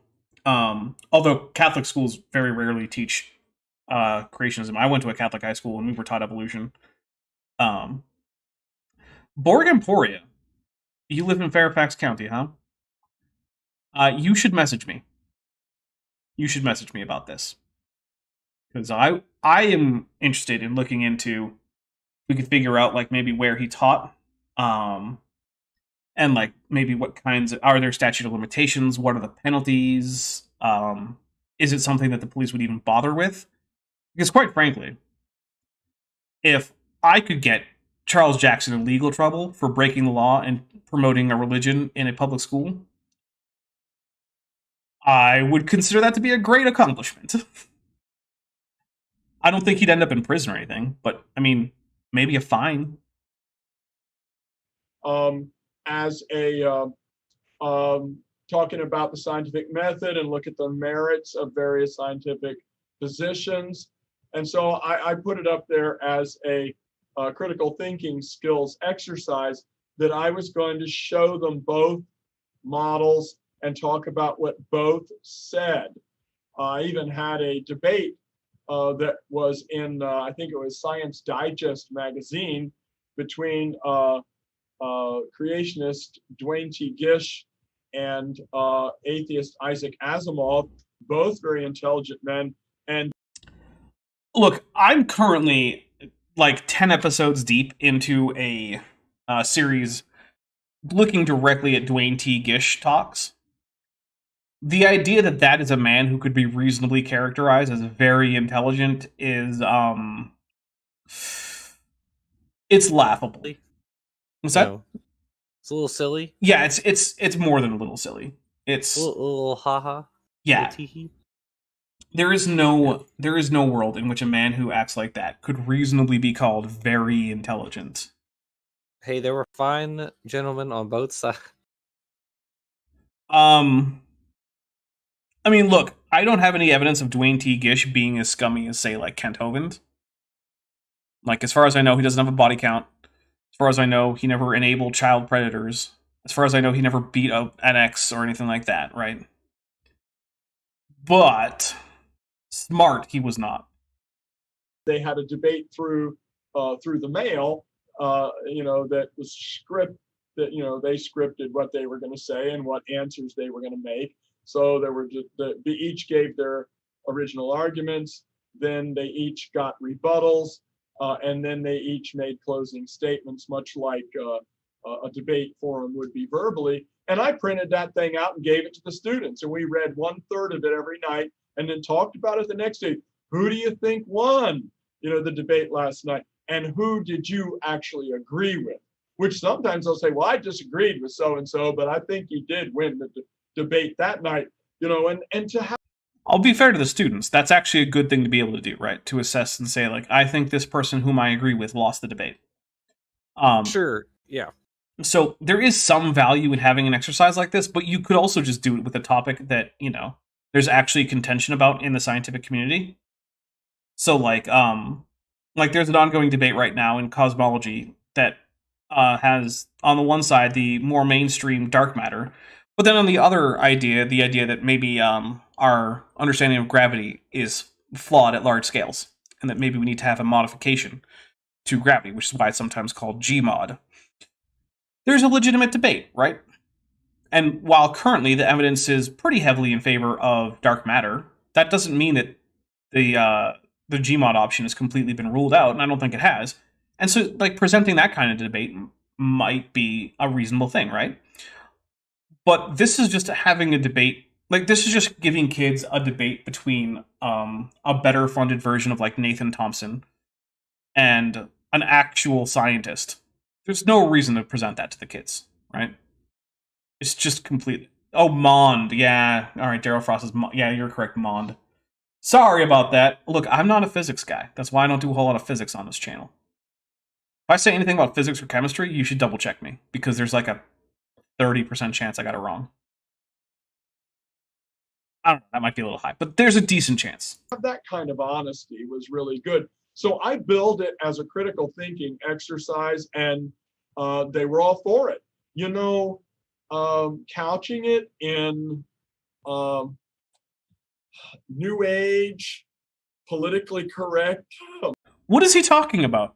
Where did new age or political correctness come from? I have no idea. Is this just one of those things where creationists just conflate everything they don't like together? It's all postmodernism, don't you know? Yeah, you're a postmodern atheist, new ager, Wiccan, or something. It's like, some of those are mutually contradictory, right? Like, okay, cool.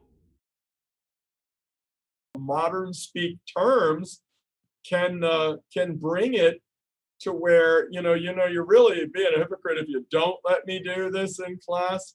And in the Washington D.C. area, all things considered, they really meant it.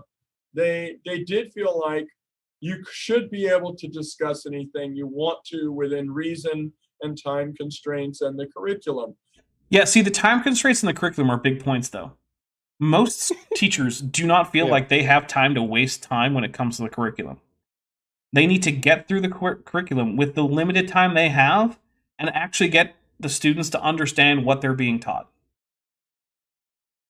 And odds are the students are going to have to take like end of course tests so that they will be tested on the material you're supposed to have learned, not, And even if they're not, think you should be. If it's a public school and it's a like high school or something, there's going to be standardized tests. Right. And the curriculum is designed to get them through the standardized tests. Right. Yep. It's a Ray says, quote, "I might be a little high, Dapper Dinosaur, with an AI, with an attempt at an AIG as a bag of dicks, so we'll take a drink for it." Look, I am not going to confirm or deny if I've had any recreational substances other than alcohol. That is not something I'm going to address on stream. It's one of those things like my exact political affiliation or my religious stance or my, relationship status. It's not something I get into on the channel. Now, some places really don't believe that you should be able to talk about everything you want. And the college campuses, the universities, certain professors, of course, they all cry censorship, but they're the censors in this case. Wow, break out those projector emojis. My goodness. There's a drink. Remind me, Jackson, which journal is it that says that they will only accept papers that agree with their previously arrived at non-evidentially based conclusions? Is it like PLOS? Or like... No. Is it like Proceedings of the National Academy of Science? PNAS? No. No? Is it just science? No. Is it the Proceedings of the Royal Academy? Could it be the Answers Research Journal? Ding, ding, ding. Oh, wow! You mean Creationists set up their own LARP journal to pretend to have peer review that auto-rejects anything with the not accepted conclusion? Ding, ding. Weird. That is so weird. So uncharacteristic. Oh, man. Who could have thought? Who'd have thunk it? I know. So unlike Creationists to be absolutely absurdly censorious while themselves whining about being censored in academia. Here's the thing.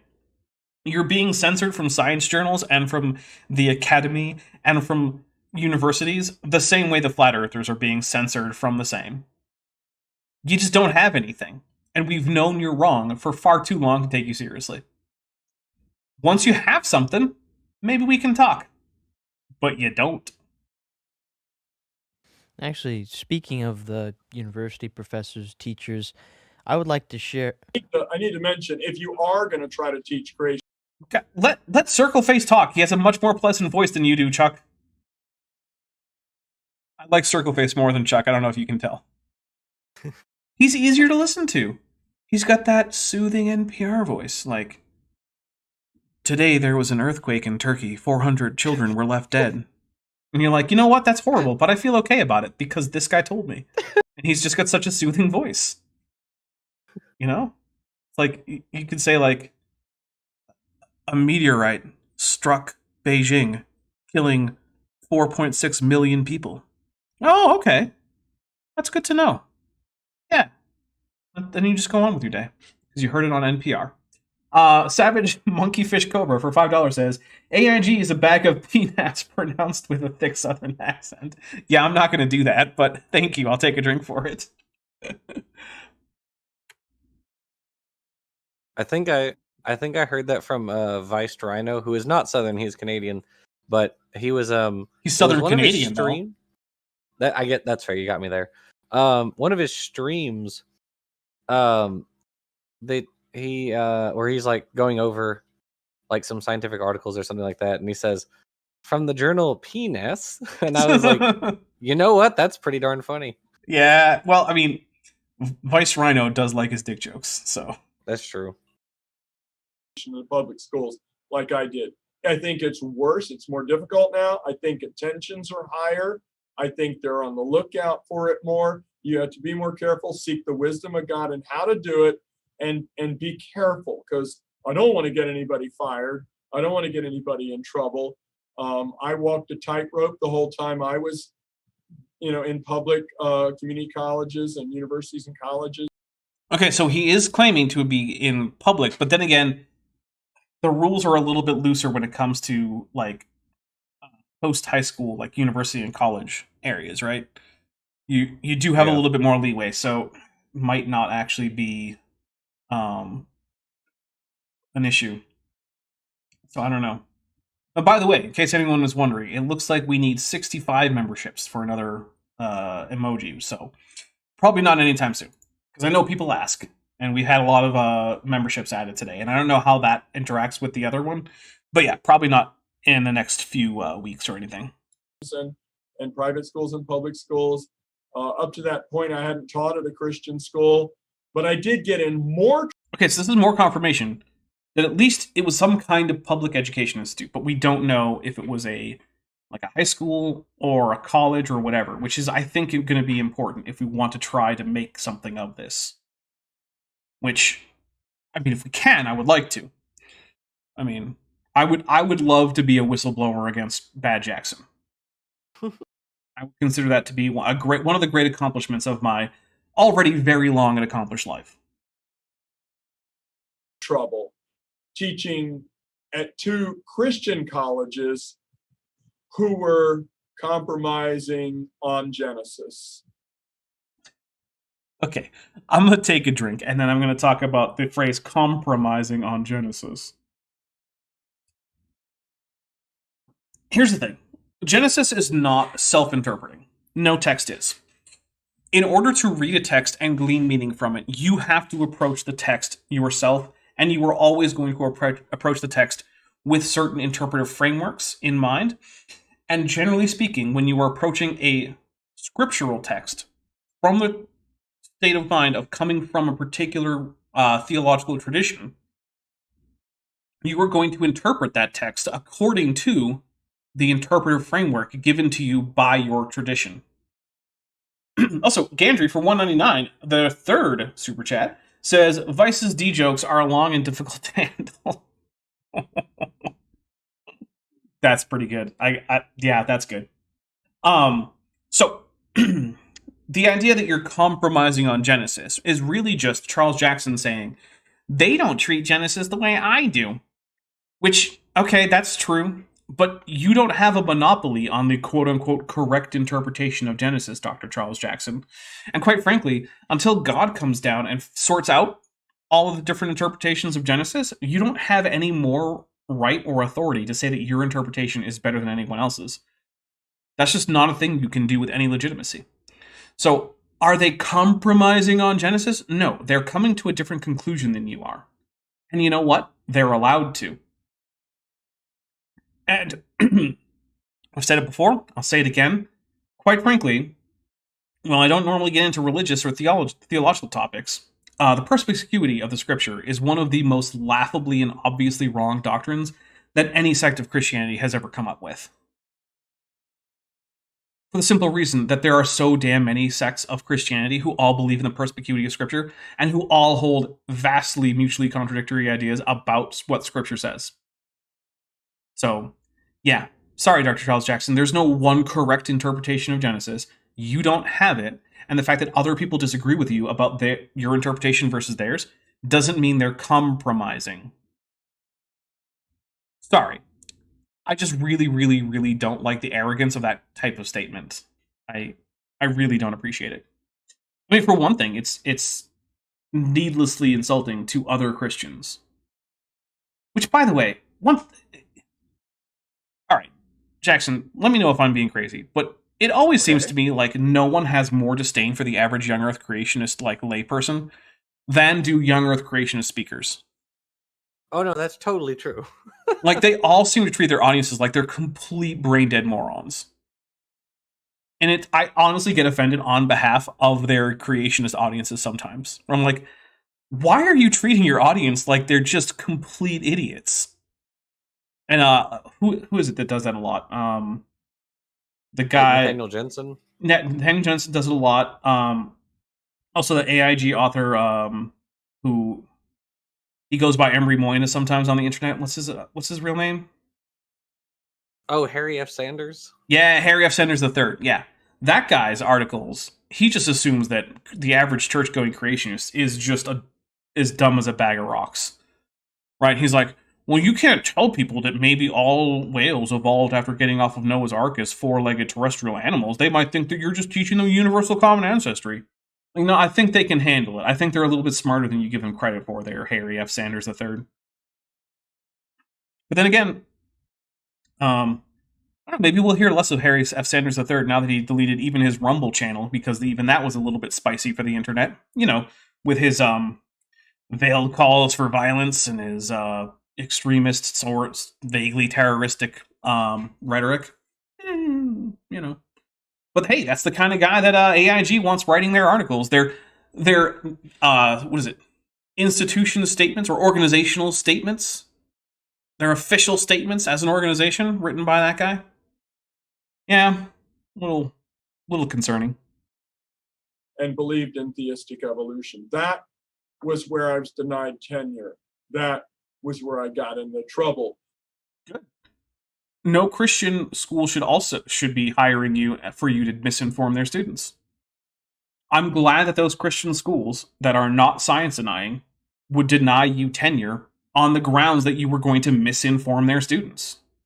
If I came into a school, Christian or not, and I said, what I want to teach the students is that, in fact, the first people to arrive in North America were actually the Vikings, and that later people invaded from across the Bering Land Bridge into North America, slaughtering the Vikings, and that's who the Native Americans are, I should be denied tenure. No one should accept me as a professor. I shouldn't even be hired as a professor at that point, because it's laughably dumb. Similarly, if you're going to tell kids that there's good reason to think that young Earth creationism is true, or that it's even a plausible thing, or that it even has a model that's coherent, you are laughably wrong, and you should be excluded from educating anyone about any topic even tangentially related to those things you're wrong about. And people are like, well, Dapper, isn't that censorious? Well, first, no, it's not the government telling you that. And two, you shouldn't be able to teach kids just anything that you want and then cry about censorship when you are fired for teaching them things that are demonstrably wrong. Even if that were censorship, cry about it. Go get the science first. What, you think evolution entered the science classrooms by like some kind of accident or goof? No, it entered science classrooms because it's well evidenced. It became the consensus among scientists in relevant fields. You want your ideas to get in the classroom? Go change the consensus. Oh, but that's hard. Yeah, it's hard for a reason, because there's lots of evidence for evolution. Tough. If you want your ideas taught in science classrooms, you've got to go do the work to actually demonstrate that they're true. And if you can't demonstrate they're true, Jackson, what do you think that probably means?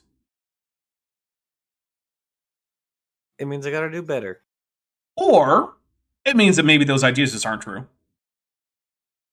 I mean, I guess that's also fair.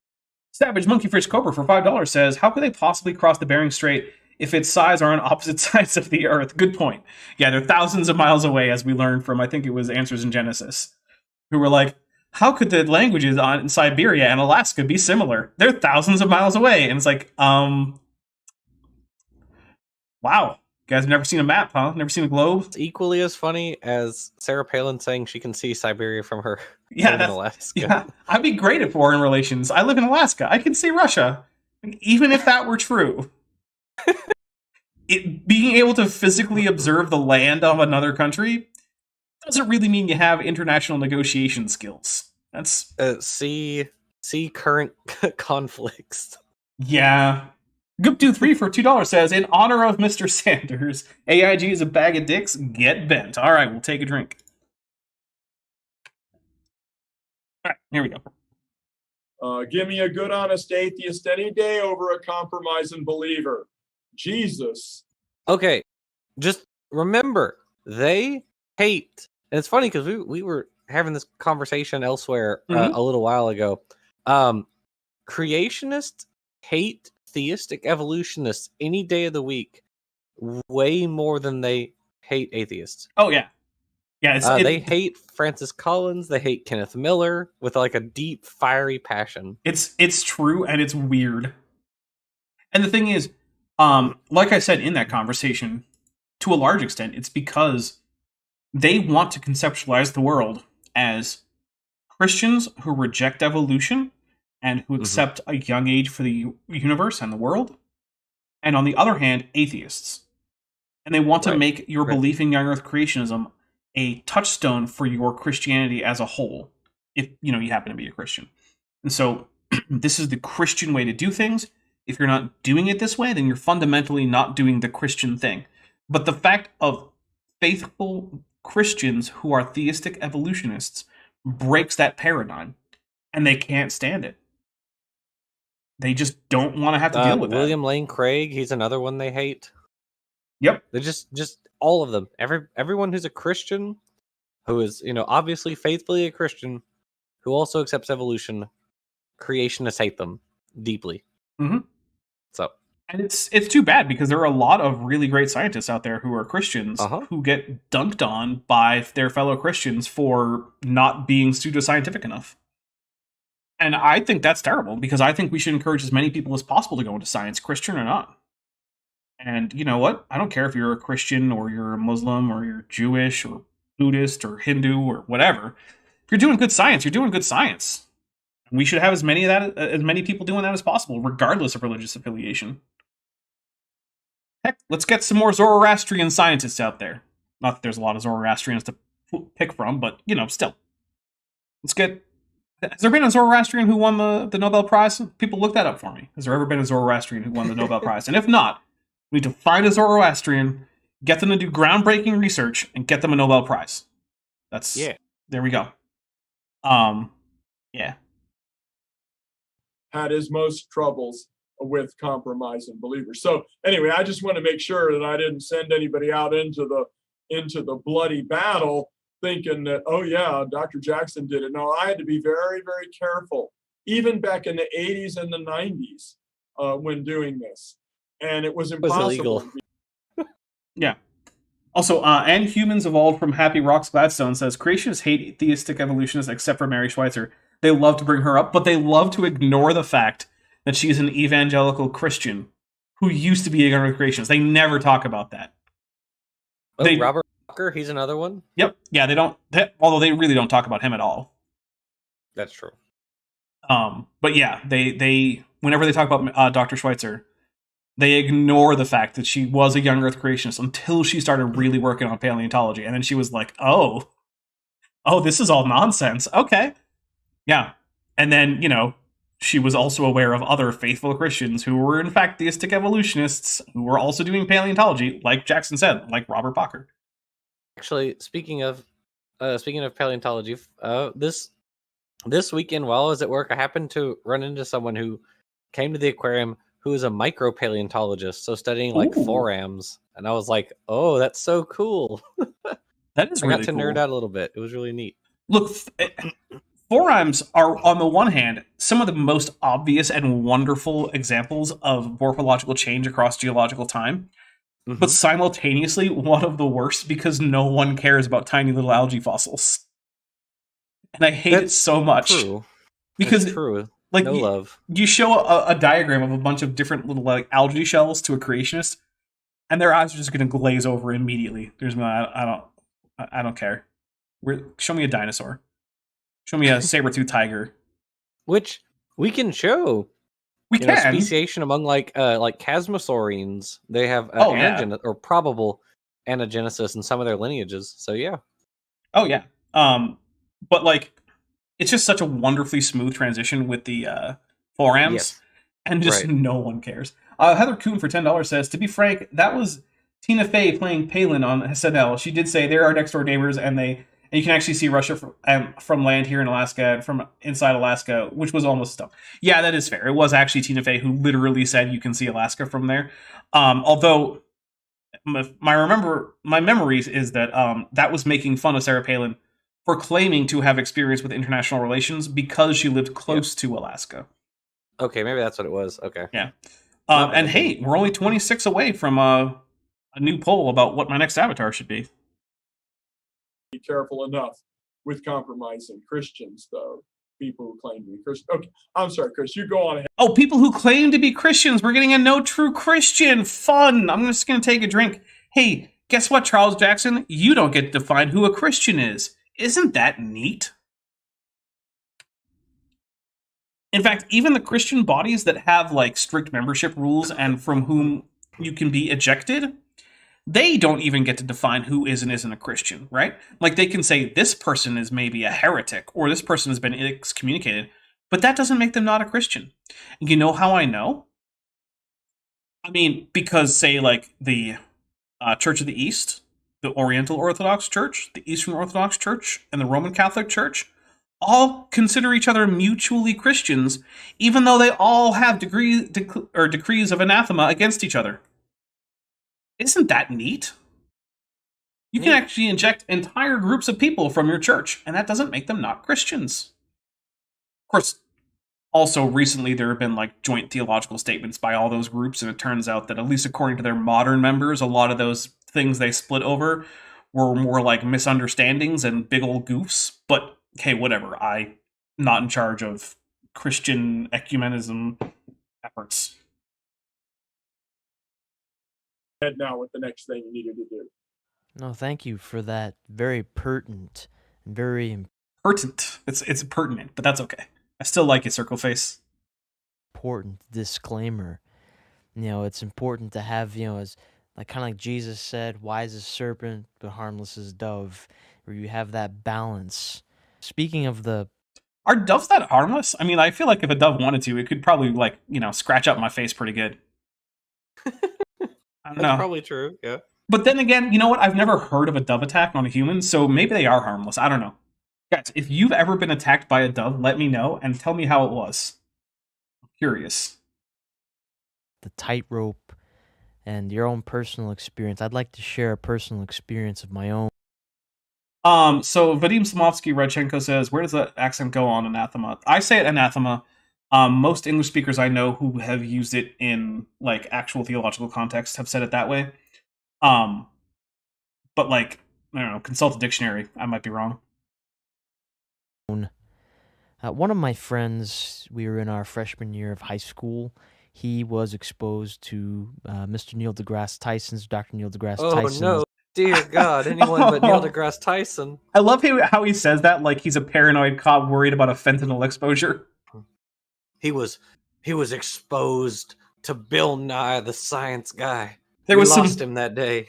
He was riding in a car with his friend, and they had some Neil deGrasse Tyson in the car. And he went into convulsions and converted to atheism immediately. Oh, He was at a party, and they thought it was clean until someone pulled out the Richard Dawkins. No one got out. I'm just gonna take a drink for he was exposed to Neil deGrasse Tyson. Like, okay. Goodness. Now, I do have my problems here and there with Neil deGrasse Tyson, mostly in that he has some of the dumbest Twitter takes that anyone has ever had. Like, he just likes to rain on everyone's parade for no reason. Like, one of the ones I remember the most clearly was when he was complaining about New Year's because the date of New Year was arbitrary. And, like, literally everyone's like, yeah, we know. We just want to have a celebration annually. Everyone knows that you could pick any date as New Year. What's your point? We like reasons to have fun. And there's Neil deGrasse Tyson like, you shouldn't have fun unless I think you should. No, Neil. No. We can have fun whenever we want. Legitimately don't see him in like anything anymore. I mean, I also have nice things to say about him. Like I thought his Cosmos was pretty fun. I have some complaints sure. about it, but it was overall pretty good. Yeah, it was a good little overview series. But I mean, like recently, you used to see like lots of stuff. Like he was always in YouTube, like interviews and on space shows and all kinds of stuff. I really don't see him in anything anymore. It's like he just kind of faded away. Maybe he's tired of being in the spotlight. That could be the case. That certainly, yeah. I mean, it can be exhausting from what I understand. Oh no, that's totally fair. Totally Heather fair. Heather Kuhn says dumber than Dawkins' Twitter takes. So Neil's Twitter takes are more like he's just a wet blanket, whereas Dawkins' Twitter takes are just like, oh, you're just a complete bigoted asshole. Yeah. Or did you think that through before you posted it? Yeah. Yeah, some of the there was a post he made about pedophilia that he got in hot water for years ago, where he was like, well, we're definitely not going to be monetized now.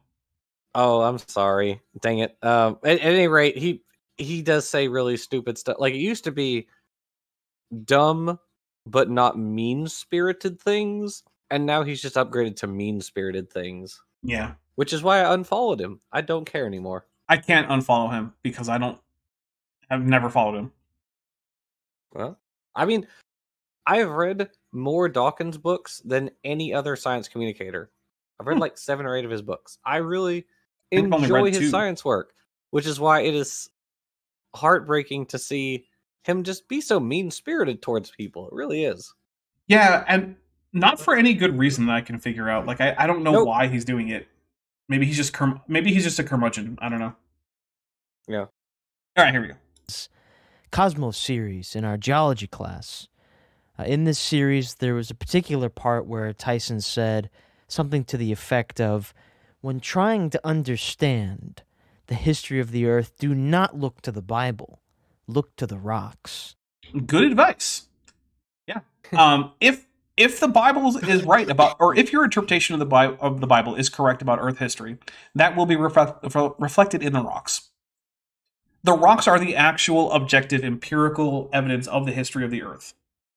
Whatever is in there is going to be true with you're going to be able to have a higher level of confidence in your conclusions based on empirical examination of the geology of the Earth than any possible study of the Bible could ever give you in terms of confidence level.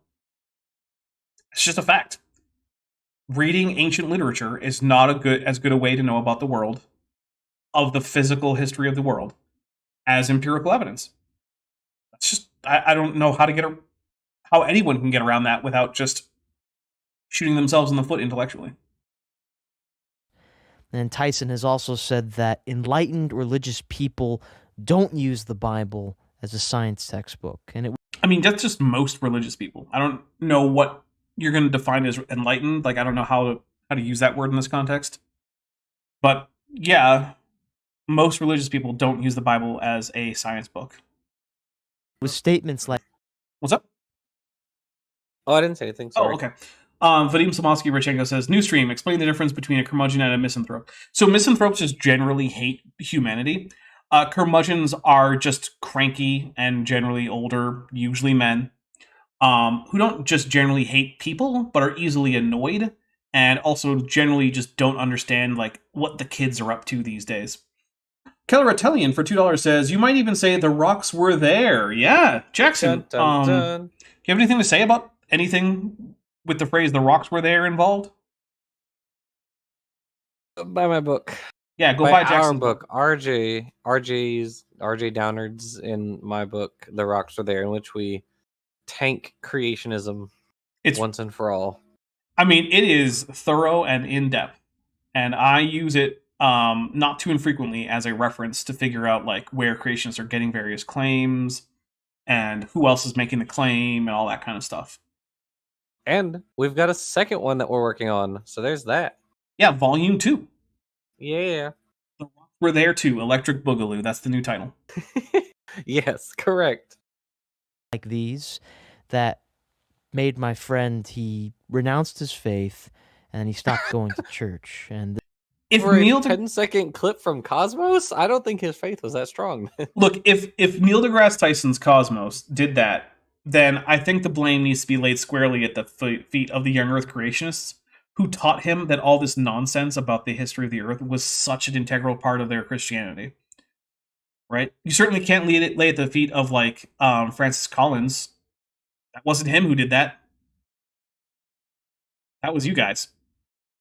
So we're going to start wrapping things up. We're probably going to actually, like, in the next one, rewind to the start of Circle Face's talk about this, just so we can keep the context before we get into Charles Jackson's answer about that. And that's, of course, if I remember to do that, it's going to be like a month away. So actually, no, it's only going to be like 2 weeks away, right? Because Jackson, you're going to be back not next week, but the week after.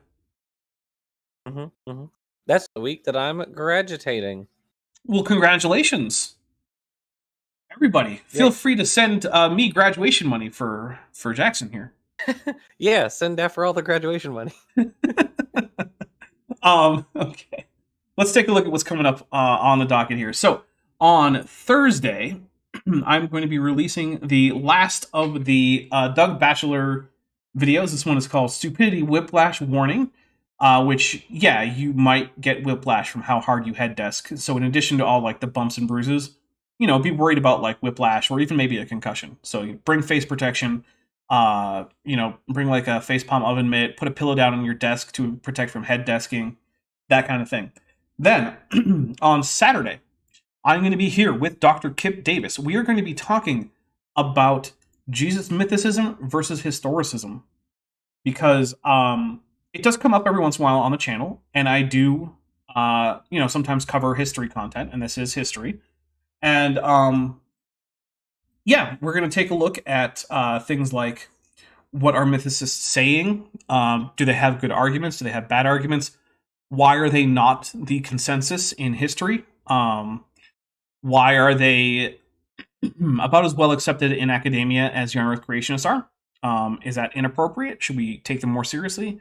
Less seriously? Are we already taking the right amount of seriously? That kind of stuff. So in case you don't know, Dr. Kip Davis is a scholar of especially early Judaism, the Hebrew Bible, and like Second Temple Judaism, things like that. So if that interests you, that will be on Saturday. We're not doing a Gish with Vish. Vishanti will be out at a Comic-Con. So instead, I will be bringing you Dr. Kip Davis. Then next week should be a Kent with Bent. Kent with Bent, whatever it is. I don't know, 183.2 or whatever. What is it actually, though? Yeah, 126. Okay. And yeah, there is a week worth of what's coming up. Chris McDaniel, who's been a member for 11 months and was at the Amniel level, says, "Hey, Dapper, love your show. Keep up the good work." Well, thank you. That is the plan. All right, well, I hope to see all of you on Thursday, and also any of you who are members. We will be watching the last 4 episodes of Power Rangers Lightspeed Rescue over in the Discord in just a few minutes, so feel free to stop in for that too. Jackson, you got anything coming up that you want to talk to people about? The Leafy Sea Dragon's Tale is still supposed to come out. I was been very busy with real world things, and then right when I was getting back to YouTube stuff, I was struck ill, and I'm still getting better. So, all right. Well, thank you very much, everybody. We're going to get out of here, and I will hope to see all of you again on Thursday. Hey, before you leave, I just want to take a second to thank my patrons and channel members, especially those pledging $20 or above. Benthoven, Filtavava, Tapioca Weasel, Whispers, Denny5252, Ellerhan Teller, Ian Chen, Kelvin Brostic Van Manen, Landon Knoll, Mabbity Babbity, Monkey They Them, Sphincter of Doom, Ita V, Strawberry Vein, and Star Runner. It's because of my channel members and patrons whom you're seeing on screen that this channel can stay afloat. Without you, it would all shut down. If you want to join the team, there's a link to join the channel below this video, and there's a link to join the Patreon in the description. On the Patreon, you can get a 10% discount for pledging annually, and either way, you get early access to virtually all of my scripted videos, often 3 to 5 months before they come out for the general public. Thanks for watching.